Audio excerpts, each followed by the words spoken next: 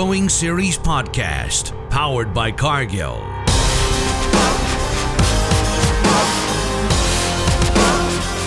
Improve your bottom line and the environment with 4R stewardship. Having a long-term nutrient management strategy is critical for good agronomics and profitability. It's about the right nutrient source at the right rate in the right place at the right time.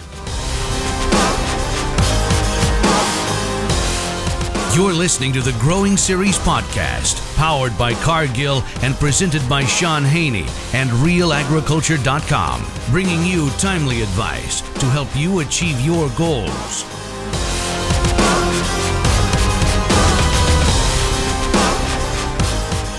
Welcome to the Growing Series podcast on RealAgriculture.com. I'm Shaun Haney.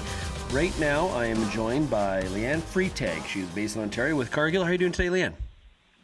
I'm good, thanks.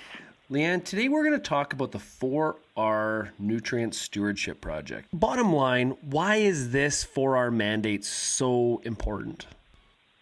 It's going to be important for us to be proactive with nutrient stewardship and soil stewardship in order to continue farming the way that we do. And I think that it's going to improve crop production practices in a lot of cases. And we've already seen so many advantages to using cover crops. And so it really does benefit the environment, but it's also benefiting the producer's bottom line. People are talking a lot about this Memorandum of Cooperation between Fertilizer Canada, the Government of Ontario's Ministry of Food and Agriculture and Rural Affairs, OMAFRA, and the Ontario Agribusiness Association. What is this all about? Well, agriculture is definitely a contributing factor to the water quality concerns in the Lake Erie Basin. And so essentially the partnership between the three organizations provides a framework for farmers to achieve their goals in crop production and profitability, and doing all of this in a sustainable and environmentally friendly way. So the MOC supports our certified crop advisors in enhancing their knowledge and their skills in nutrient management. So now they can be recognized for doing this with a 4R Nutrient Management Specialist designation. So Ontario is the first CCA board in Canada to offer the specialty designation, which is pretty exciting. And this summer we actually had 49 CCAs pass the exam and achieve their 4R Nutrient Management Specialist designation.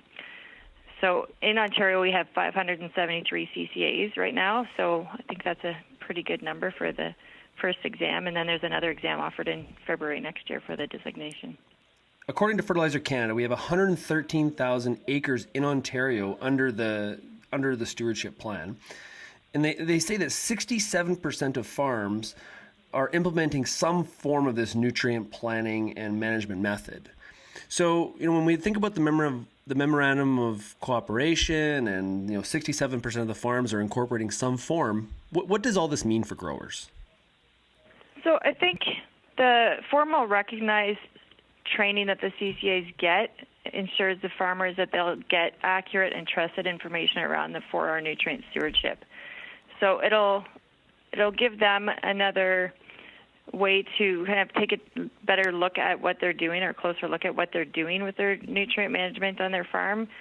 And the added focus on the nutrient management will help the CCAs will be able to help their growers be recognized as leaders in the environmental stewardship, and also being at the forefront of growing crops in a sustainable and environmentally friendly way. So some of them are paying a lot of attention on what they're doing and always looking for different ways to improve their operation, but this just it'll bring more awareness to the other percentage of farmers that are not using these tools. Yes, we want, farmers are very practically oriented. So, I think a lot of people understand that, what does it mean for farmers and the environment and things like that.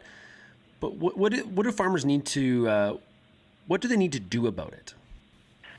So growers can work with their certified crop advisor to create a sound nutrient management plan for the farm. And the plan itself is so important so that you've got everything in order for the next year, not just on the fertilizer side of things, but they can evaluate their current nutrient management, soil management practices, identify areas of improvement, and then make changes on how they manage their nutrients as well as the soil health on their farm. So this could include adoption of cover crops, changing their tillage practices, making equipment adjustments, adding buffer zones. There's a lot of different involved, and so having that plan in place and and evaluating all the different things that they're doing on their farm and making improvements where they can. There's a lot of things that are already being done right, but there's always different things that can be done, or at least be considered for either the near future or down the road. And then this, of course, would include applying the right nutrients on their farm at the right rate, the right time, and in the right place. Yeah, and we'll get to those four R's in a little bit here. Does this program change the products they can use? No, not at all. I mean, there could be some changes in the products that they're using on their farm, but this really just provides a framework for incorporating the best management practices to support that sustainable and profitable crop production.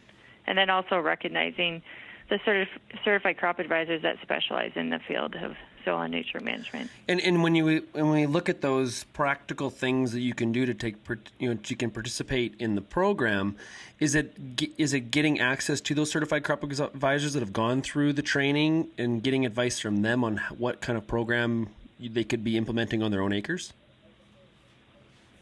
That's right. So, and a lot of farmers are already working with these certified crop advisors. It's just adding that extra focus in that area. And then there's other farmers that haven't been working as closely with a certified crop advisor, or maybe not at all, and just the awareness that those professionals are out there to help them make those decisions. Okay, so some of the listeners are probably sitting there saying, okay, this is all fine. But when it comes to the growing season, weather changes. I face new challenges all the time, every year. I could have a plan, but when I really need to make a decision in the field, does this kind of program affect the decisions that I can make in the field? There could be some in-season changes, I guess, but a lot of it is going to be in the plan and just looking forward to what can be done differently that will make a difference, whether it's keeping the soil in place on the farm, putting nutrients down in a different way on the farm, looking at what the crop actually needs and making sure that the nutrients are matching those needs. Okay. So you mentioned this already, so let's get to what it actually means. What does it mean, or can you explain right source, right rate, right time, right place? Yeah, so the 4R concept is about building and executing on a nutrient management plan that puts the right nutrients, so the right rate and the right source of nutrients, and at the right time of year. So whether it's fall applied, spring applied, in season, and then in the right place. So whether that's a broadcast or starter. And by doing that, we can create maximum efficiency of those nutrients and minimize the environmental impact. So the end goal is to improve what's in our control when it comes to soil and water quality, environmental stewardship, and sustainability. So where can I get you mentioned the CCAs, getting access to them. Is there other resources that I can go to where I can get maybe a list or maybe some more case studies or examples of ways that I could implement the 4Rs on my farm? There is actually a website that has some good information. And if you Google 4R Nutrient Stewardship, and there's a lot of resources available, but talking to their current crop inputs retailer, they can get some information that way as well. Okay. So we're hearing lots in the news about the Great Lakes and phosphorus. How does that play into the 4R mandate? So phosphorus is definitely under the microscope or under fire, I should say. And phosphorus soil test levels in Ontario have actually dropped dramatically over the last number of years. So it's not that it's being overapplied. In some cases, I'm sure it is being overapplied, but it's just phosphorus can move with the soil. So it's going to be really important that we're not just looking at the rate of application, but also how it's being applied. So whether it's being incorporated or banded, put on at the time of planting through the planter equipment, as opposed to being broadcast. And then also there's a place for broadcast as well, but also making sure that the soil is staying in place on the field. So what can we do to reduce soil erosion to make sure that the right amount of phosphorus is being put in the right spot and using the right source? So back to the 4R concept. So how much of this the 4R mandate and the program has to do with actually documenting what you're already doing in some cases?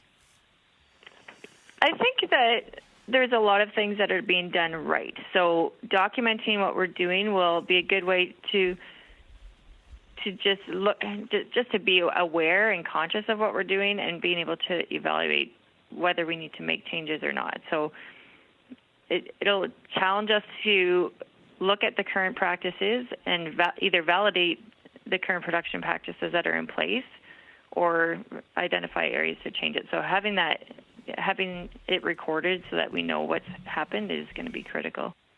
So Leanne, what a lot of farmers are probably wondering is, how does this actually impact or affect the decisions that they're making in the field? Well, it'll encourage long-term decision-making when farmers are creating their fertility plans. So they'll have a broader consideration of the various aspects involved in nutrient management. So for some, it's going to result in a more deliberate approach to nutrient management, and it'll either challenge or validate their current production practices.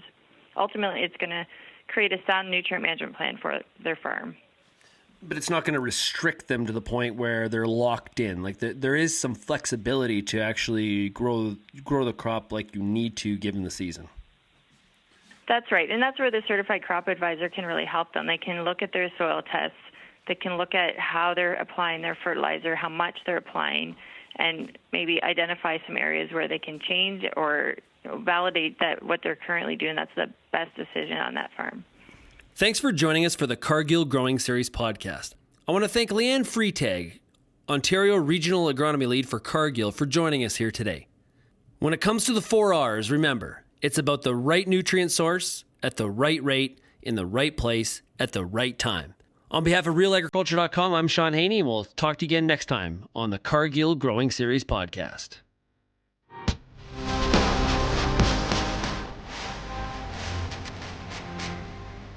You've been listening to the Growing Series podcast, powered by Cargill and presented by Shaun Haney and RealAgriculture.com. Cargill's experts are ready to help you make the best decisions for your farm. Find more advice at cargillgrows.ca.